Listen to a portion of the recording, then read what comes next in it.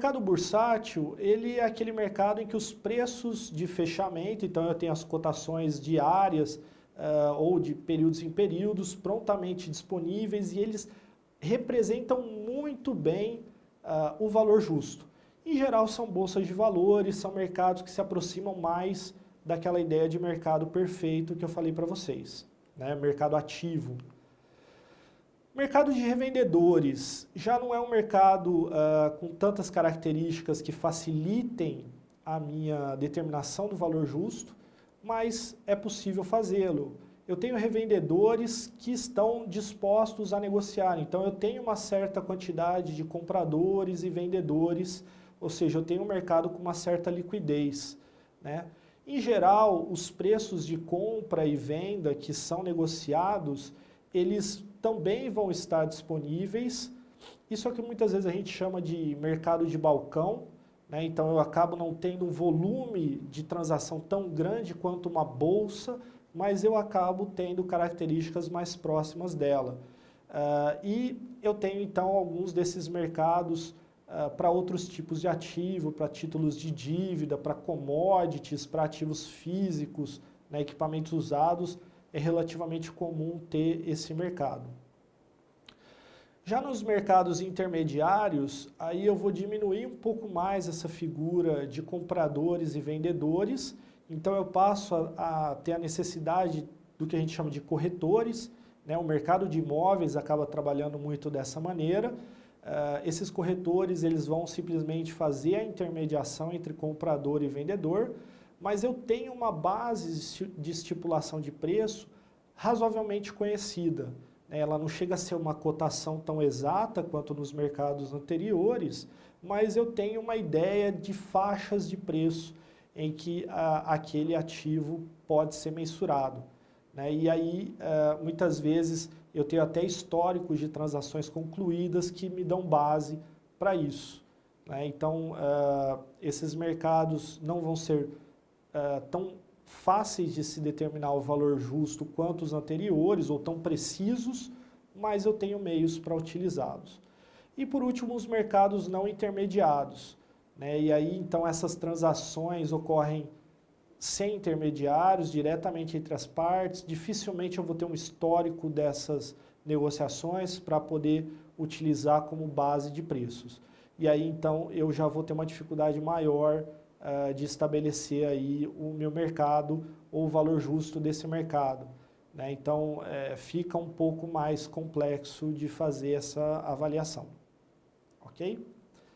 Bom, e no caso dos ativos não financeiros, volta aquela ideia do melhor uso que eu poderia ter para eles. E aí, o melhor uso, então, é aquele uso que atenda a essas três regras. Ser fisicamente possível, né? Ou seja, uma localização viável, eu tenho que conseguir acessar esse mercado, seja legalmente permitido, eu não posso ter restrições quanto a esse acesso ao mercado, e seja financeiramente viável, que gere um fluxo de caixa positivo. Então, a grande premissa aí é buscar uma avaliação no mercado de acordo com o melhor uso que eu teria para aquele ativo. Qual seria a melhor maneira, eu tentaria negociá-lo da melhor maneira possível para gerar o melhor resultado possível dentro de um mercado que seja viável em termos físicos e legais de acessar.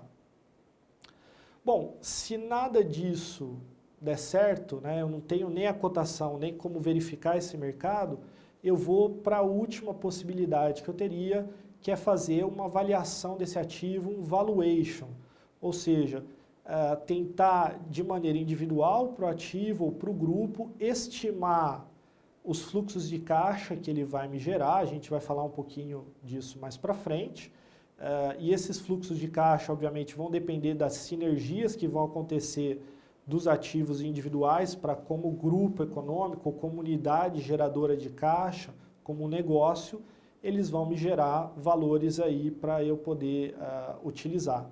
E aí, muitas vezes, eu vou ter que levar em consideração ajustes, como custo de instalação, configuração, são ajustes que são necessários para colocar aquele grupo de ativos em condição de trabalho para que eles possam começar a me gerar fluxos de caixa. Bom, e no caso dos passivos, né? No caso dos passivos, eu vou mensurar pelo preço do item no mercado ativo, né? Então tem que ter lá características do mercado, como a gente já falou. Se não tiver esse preço para o item específico, para algum item que seja semelhante, aí por analogia ou aplicando algum método eu consigo estimar quanto seria esse valor. Em geral, vou usar alguma estatística para isso, ou usando algumas outras abordagens, como abordagem de lucro, abordagem de mercado, que a gente também vai falar daqui a pouquinho. A ideia é assumir que esse passivo, então, seja transferido para um participante de mercado e, para realizar essa transferência, eu vou ter, então, um crédito comparável aí com uma remuneração similar para ele. Então, eu consigo estabelecer qual seria o custo que eu vou ter com esse passivo, né? E, obviamente, isso também tem que refletir o risco de não desempenho, uma vez que pode ocorrer o próprio risco de crédito de não conseguir pagar e gerar aí um custo maior. Então, tudo isso tem que estar espelhado. Bom, com relação ao valor justo, como a gente pode mensurar? E aí eu tenho 3 abordagens principais: a abordagem de mercado, a abordagem do lucro e a abordagem do custo. Então, vamos ver cada uma delas. A abordagem do mercado é aquela em que eu tenho, então, os mercados com um mercado mais próximo de um mercado ativo, de um mercado perfeito, que são preços observáveis, em geral cotações, porque eu tenho baixa simetria de informação. Então, o mercado tem as informações, as cotações, as quantidades de negociação, são produtos bem padronizados, ativos idênticos, né? Em geral, commodities, e são comparáveis aí no caso de passivo. Tudo isso me possibilita, então, observar esse valor de mercado. A abordagem do lucro. A abordagem do lucro já seria, se eu não tiver como observar, então eu vou precisar estimar o meu fluxo que vai me gerar um único valor presente, descontado. Então, esse fluxo pode ser um fluxo de caixa, ou pode ser um fluxo de lucros, mas é um fluxo de resultados, né? E esses resultados, então, em termos de caixa ou de lucro, vão me possibilitar achar um valor hoje descontado, usando uma taxa de desconto, usando um modelo de valor presente, ou mesmo um modelo de precificação de opções, em que eu possa, então, chegar a uma estimativa de qual o valor justo daqueles ativos e passivos. A abordagem do lucro é muito comumente realizada por meio da técnica do fluxo de caixa descontado, valor presente líquido, né? Então, eu faço uma estimativa futura dos fluxos de caixa, eu vou ter, obviamente, as estimativas de variação ao longo do tempo e do valor desses fluxos ao longo do tempo.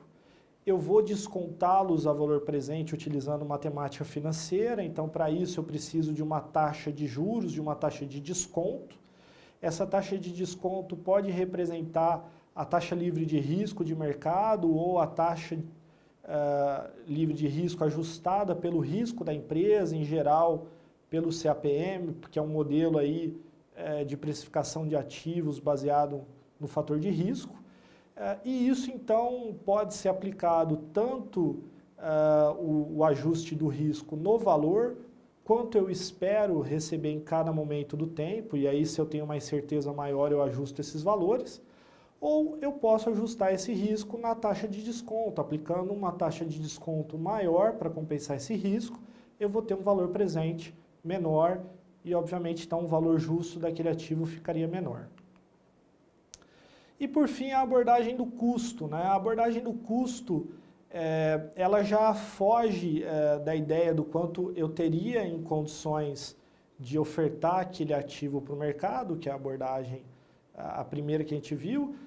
Depois, a abordagem do lucro, que seria o quanto ele me geraria em termos de fluxo de caixa, que é a ideia mais em termos de reposição, né? Quanto eu teria que despender para gerar aquele ativo, para repor aquele ativo em igual capacidade, em igual condições, né? Então, claro que isso tem que analisar a questão da obsolescência, porque pode ser um fator importante, principalmente se eu trabalhar com ativos que tenham capacidade tecnológica, maior capacidade tecnológica, isso vai impactar de uma maneira maior, mas eu também não posso deixar de pensar na obsolescência econômica de não ter mais mercado para aquilo, mesmo que tecnologicamente ele não seja mais inviável, né? Então, isso acaba sendo particularmente bom para ativos tangíveis, porque eu tenho como mensurar esse valor de reposição. Para ativos intangíveis, isso já fica um pouco mais complicado. Bom, e como que eu vou aplicar isso, né? A ideia é sempre verificar se há ou não dados suficientes para fazer essa mensuração.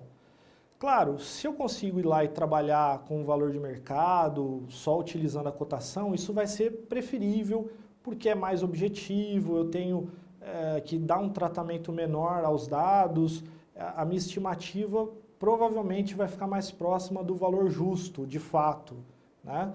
Mas se eu não tiver como fazer isso de maneira direta, eu vou seguir esse caminho para a abordagem do lucro e, em último caso, para a abordagem do custo, para tentar chegar a essa mensuração.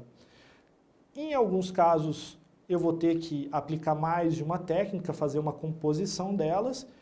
O importante é que eu tenha uma metodologia que seja consistente, não adianta ficar de período para período mudando isso, uma vez que não seria comparável o valor justo estimado esse ano com o valor estimado no ano anterior. Para auxiliar, então, na ideia de como aplicar essas abordagens, a norma nos traz a hierarquia do valor justo. E aí, então, essa hierarquia nos indicaria qual é a preferência de informação. E a gente vai ver que nós temos 3 níveis, né? O nível 1, nível 2 e nível 3, dentro da hierarquia, onde eu vou sempre privilegiar o nível 1 em detrimento aos demais. A partir do momento que ele não seja mais possível, vou para o nível 2 e só em último caso, se não for disponível ou não for possível fazer a estimativa do valor justo utilizando somente níveis 1 e 2, eu vou utilizar o nível 3. Então, essa é uma ideia para aumentar a consistência, para não ficar mudando de período para período a forma de fazer a mensuração do valor justo e também para possibilitar comparação não apenas ao longo do tempo, que é a questão da consistência, mas entre empresas diferentes que possam estar aplicando a mensuração a valor justo para ativos iguais ou semelhantes. Então, isso é importante para que eu possa comparar as empresas e, como investidor, ou como credor, ou como participante do mercado, ter uma noção do que ela pode fazer ou não de diferente nesses termos. E isso, particularmente, num processo de fiscalização aí, poderia também ser interessante até para verificar comportamentos diferentes nesse processo de mensuração de valor justo. Na parte de disclosure, que é essa questão da divulgação, né? Então, são definidos esses 3 níveis e quais as informações que eu teria disponível em cada um deles, né? A lógica é separar entre níveis observáveis e não observáveis. Os níveis, as informações, os inputs observáveis seriam aqueles baseados, então, em fontes externas à própria empresa, e aí eu vou ter isso nos níveis 1 e 2. E os não observáveis, que aí, para fazer a estimativa do valor justo, eu vou ter que utilizar informações internas, premissas internas da própria empresa, e isso não é legal, isso não é bom para o usuário externo, porque ele não tem como validar isso, ele não tem como verificar se essas informações são confiáveis ou não. Então, a ideia é sempre privilegiar as informações, os inputs observáveis. Então, o primeiro nível, o nível 1, é o nível em que os preços vão ser as próprias cotações, né? Aquela ideia que eu tenho um mercado que vai me fornecer essa informação, então são mercados mais próximos de mercados ativos, e isso serve tanto para ativo quanto para passivo, que sejam idênticos, né? Lá a figura das commodities, eles são padronizados. Em mercados ativos, como eu já falei para vocês várias vezes, são mercados mais próximos do mercado perfeito, são mercados em que eu tenho liquidez, então são muitos compradores, muitos vendedores, muita frequência, muito volume, informação disponível para todos, ou seja, cotação, e eu vou então verificar essa cotação no mercado principal ou no mercado mais vantajoso. E essa deve ser sempre a medida preferível para se mensurar ativos a valor justo. Como eu já falei para vocês anteriormente, quando isso tende a acontecer? Quando eu tenho ativos financeiros, e principalmente ativos financeiros em instrumentos financeiros, em derivativos, em ações, né, que são negociadas no mercado, eu consigo ter muito próximo essa figura do nível 1. Não sendo possível usar o nível 1, a gente vai para o nível 2. O nível 2 ainda são informações observáveis, ou seja, informações que eu coleto do mercado. Mas, nesse caso, eu não tenho o preço para um ativo passivo idêntico. Então, o que eu faço? Eu vou ter um preço para um ativo similar, né? Então, eu posso verificar aí por um modelo estatístico, uma regressão, uma correlação, existem algumas medidas para tentar fazer essa estimativa, mas que eu vou analisar como o valor do meu ativo que eu quero mensurar se comporta em relação a um outro ativo que eu tenha cotações no mercado.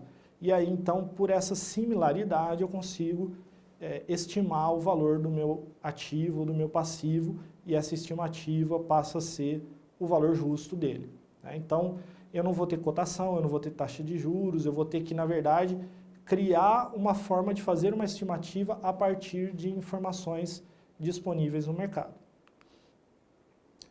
Já o terceiro nível, aquele que deve ser menos utilizado, seriam os itens, os inputs não observáveis, né? Então, nesse caso, eu ainda quero utilizar o valor justo, mas eu não tenho nada no mercado como uma cotação ou algo similar para fazer essa estimativa. Em geral, aqui é que eu vou estar utilizando características, principalmente na abordagem do lucro, né? Onde eu vou fazer uma estimativa de fluxo de caixa, vou poder fazer o desconto desse fluxo de caixa a valor presente, e aí essa informação do valor presente é que seria a estimativa do fluxo, do valor justo por esse fluxo de caixa descontado. O que acontece? Na prática, muitas vezes, imaginar que eu sou uma agropecuária e tenho lá muitos ativos biológicos, né?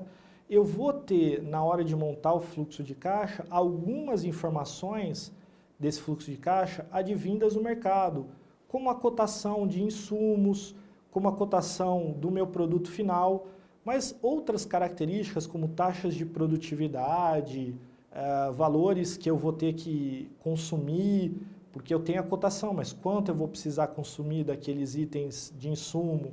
Isso são informações internas que vão servir para poder instrumentalizar, poder criar o fluxo de caixa e chegar na estimativa do valor presente.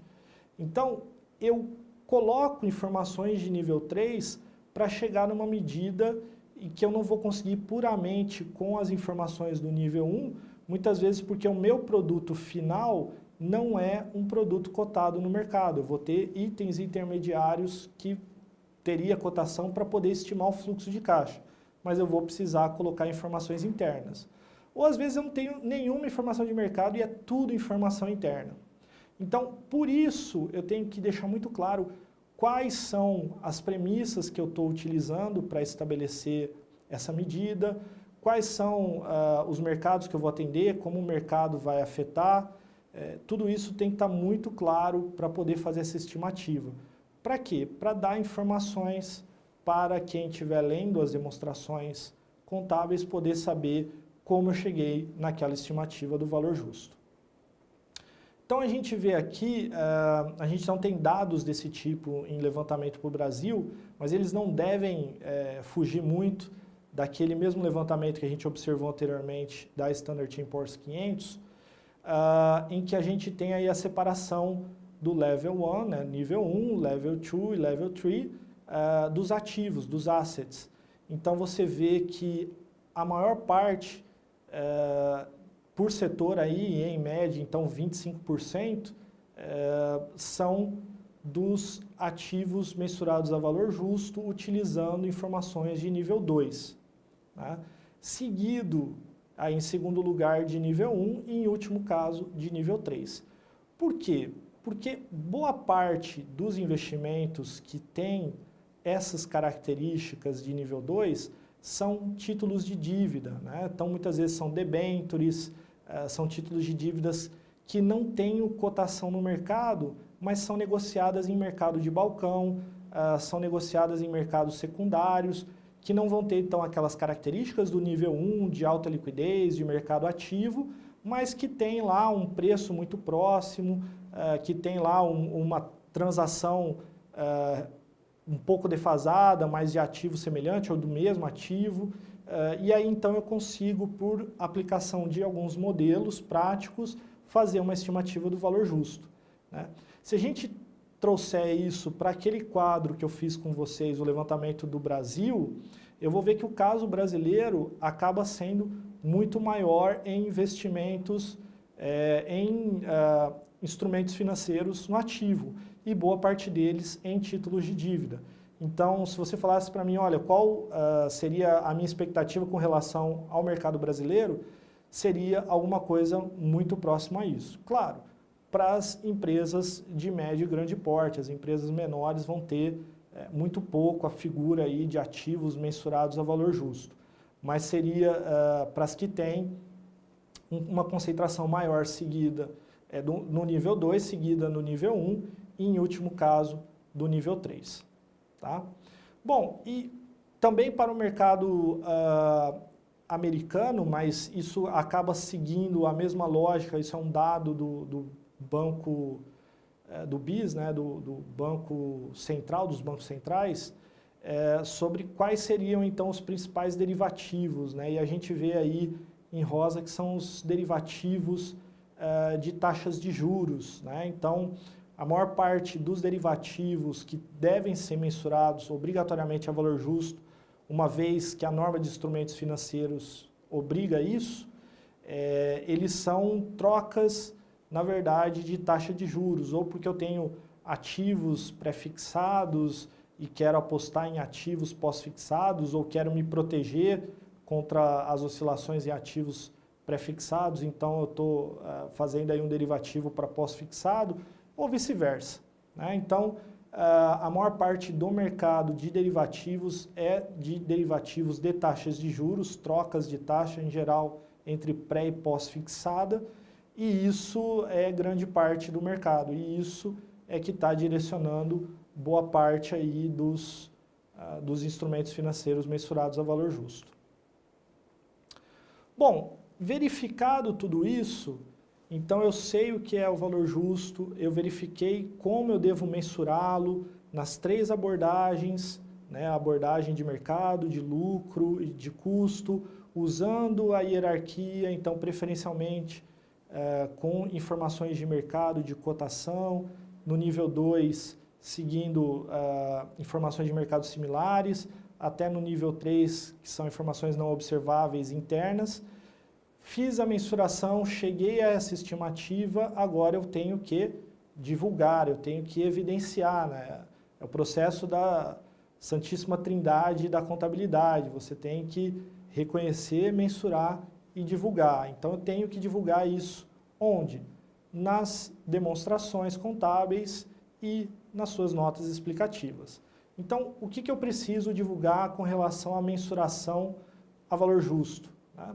Eu tenho que divulgar informações que vão permitir a quem estiver lendo entender, então, quais foram as técnicas utilizadas, quais foram as informações, os inputs utilizados para cada uma das categorias de ativo e passivo. E aí a gente viu que eu tenho muitas categorias possíveis lá naquele quadro, mais no começo da aula, então eu vou ter que ter divulgações para cada uma daquelas. Mas o que é importante é que eu tenha a informação do valor justo na data da divulgação, separando quais os níveis de valor justo, as informações que eu tenho para nível 1, 2 e 3, e quais as técnicas de avaliação que eu utilizei, se foi a abordagem de mercado, a abordagem de lucro, a abordagem de custo. E ainda tenho que divulgar as informações a respeito de como essa variação do valor justo de um período para o outro impactou no resultado, impactou no lucro daquele período. Ou seja, o quanto gerou de ganhos e perdas e o quanto desses ganhos e perdas foram realizados e o quanto não foi realizado. Como eu já falei lá atrás, o impacto tributário disso vai ser só no realizado, então são ajustes que vão ser feitos em LALUR, e todas essas mudanças que ocorreram no período. Então vamos ver alguns exemplos, eu trouxe aí exemplos de 3 empresas.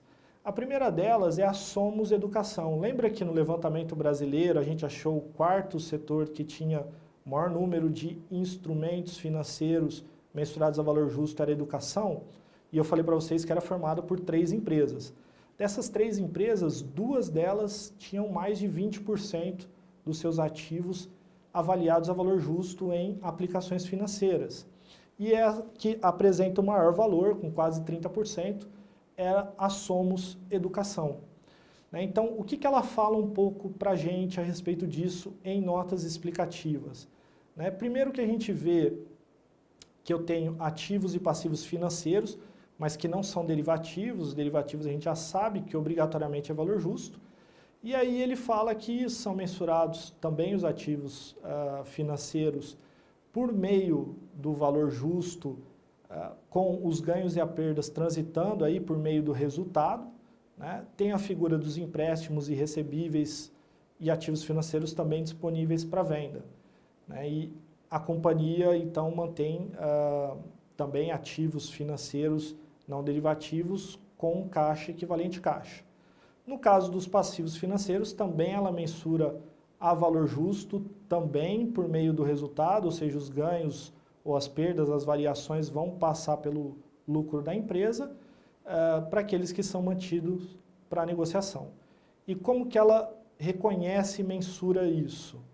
Então, ela, de novo, traz que isso é mensurado a valor justo, que os efeitos vão para o resultado, que os custos de transação são reconhecidos como custo do período, então não vai fazer parte do valor justo, e que as mudanças desses ativos são reconhecidas no resultado do exercício na conta de outros ganhos ou perdas líquidas.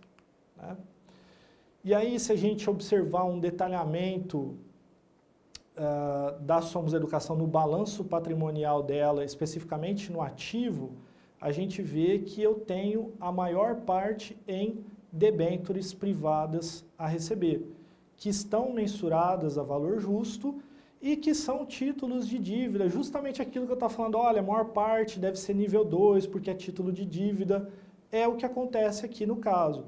Provavelmente a empresa capitalizou muito com o intuito de fazer aquisições no mercado, enquanto ela não acha boas oportunidades de aquisição, ela, para não deixar o dinheiro parado, investe aí em aplicações financeiras por meio de debêntures privadas a receber. E aí algumas delas têm vencimento em menos de 1 ano, estão lá no circulante, mas a maior parte tem vencimentos aí de mais de 1 ano. Então são mais de 800 milhões aí investidos em debêntures.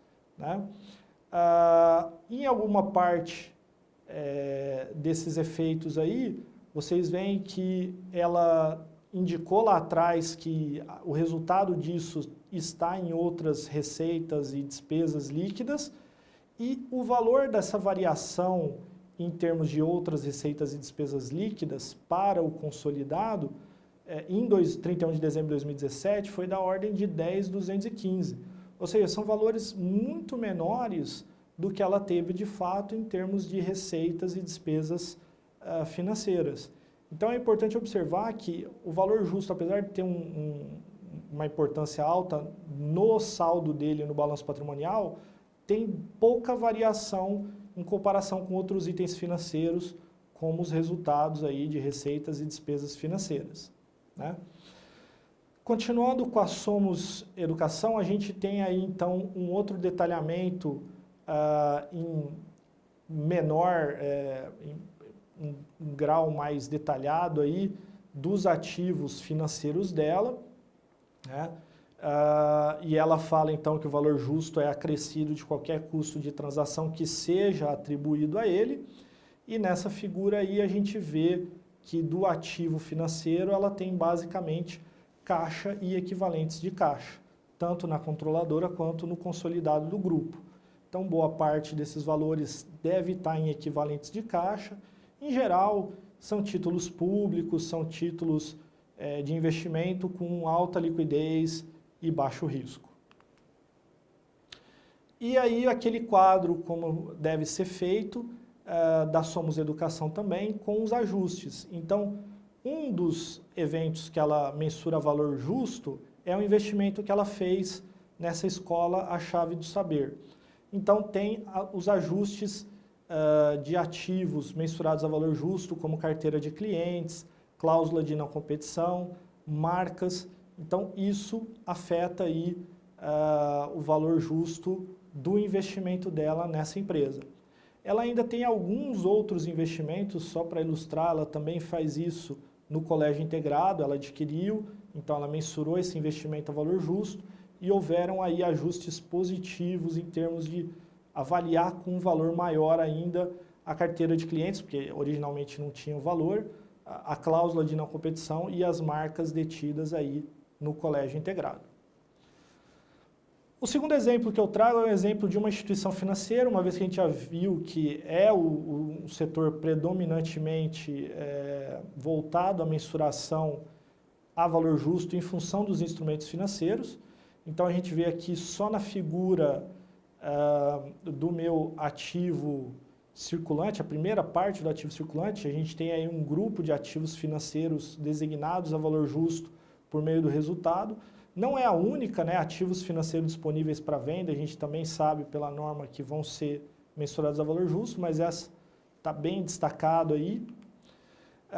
E a gente vê também as variações que ela teve no resultado dela com ganhos e perdas em investimentos em títulos e derivativos. Então, esses ganhos vão estar associados à variação também, não exclusivamente, mas também à variação do valor justo daqueles investimentos mensurados a valor justo. Novamente, a gente vê que isso, perto do escopo total da organização, é uma receita aí bem pequena que gerou.